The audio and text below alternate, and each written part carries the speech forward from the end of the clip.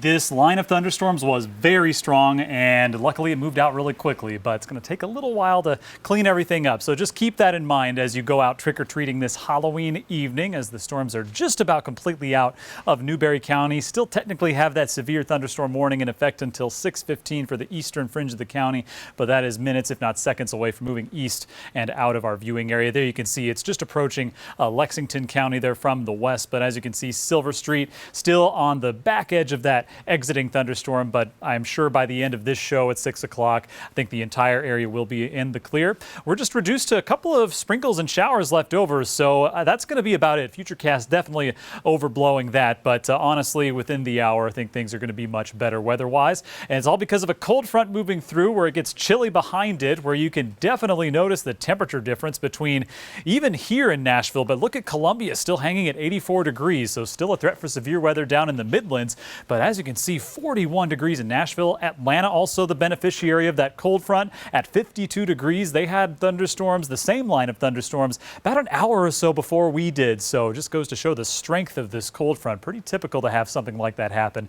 this time of year. Also noticeable on the local front, temperature-wise, 70s in Union and Newberry, and low 50s taking over in Franklin, North Carolina. And just a heads up for your Halloween evening, as you're trick-or-treating, things are going to get cool pretty quickly. As you can see, this is 7 o'clock. We're already in the 40s. Keep in mind, we're in the 50s right now, and 50s and 60s. But look at that, between 7 and 8 o'clock, we go from the 40s to the 30s in western North Carolina and down into the 40s and 50s in the upstate. So again, temperatures are going to just plummet here over the next few hours. So if you go on the later side, trick-or-treating, it is going to be much cooler heading toward the 8-9 o'clock hour compared to now. So just a heads up, maybe bring a jacket with you for sure as you head out and celebrate the holiday. And by tomorrow morning, we could very well be by upper 20s, low 30 degree temperatures. So again, just a heads up for those of you trick-or-treating. I know the weather was a concern, and luckily we can almost say that the whole area is in the clear. So rapid cooling combined with the wind. So just plan accordingly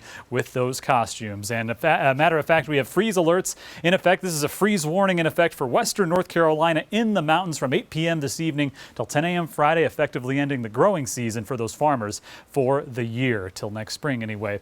West wind still a bit strong though, at about 10 to 20 miles per hour, gusting upwards of 30 miles per hour in places like Asheville, and that wind is eventually going to be from the north and remain strong. Yancey, Mitchell, McDowell counties, the high elevations, you've got a wind advisory in effect until early tomorrow morning for 50 mile per hour winds, so watch out for debris on roads up there and really anywhere at this point after those thunderstorms. Flood watch remains in effect until 8 p.m. for those two counties, those being Transylvania and Henderson. 38 degrees for your low temperature in the upstate tonight, 32 in the mountains, and beautiful weather takes over for your Friday, and there's a lot more where that came from in the 7-day forecast. Just beware of those chilly mornings where we could be down to the upper 20s, low 30s all the way through Monday morning. So cold mornings, mild afternoons, fall doesn't appear any better than that. Also a friendly reminder of clocks falling back late Saturday night at 2 a.m.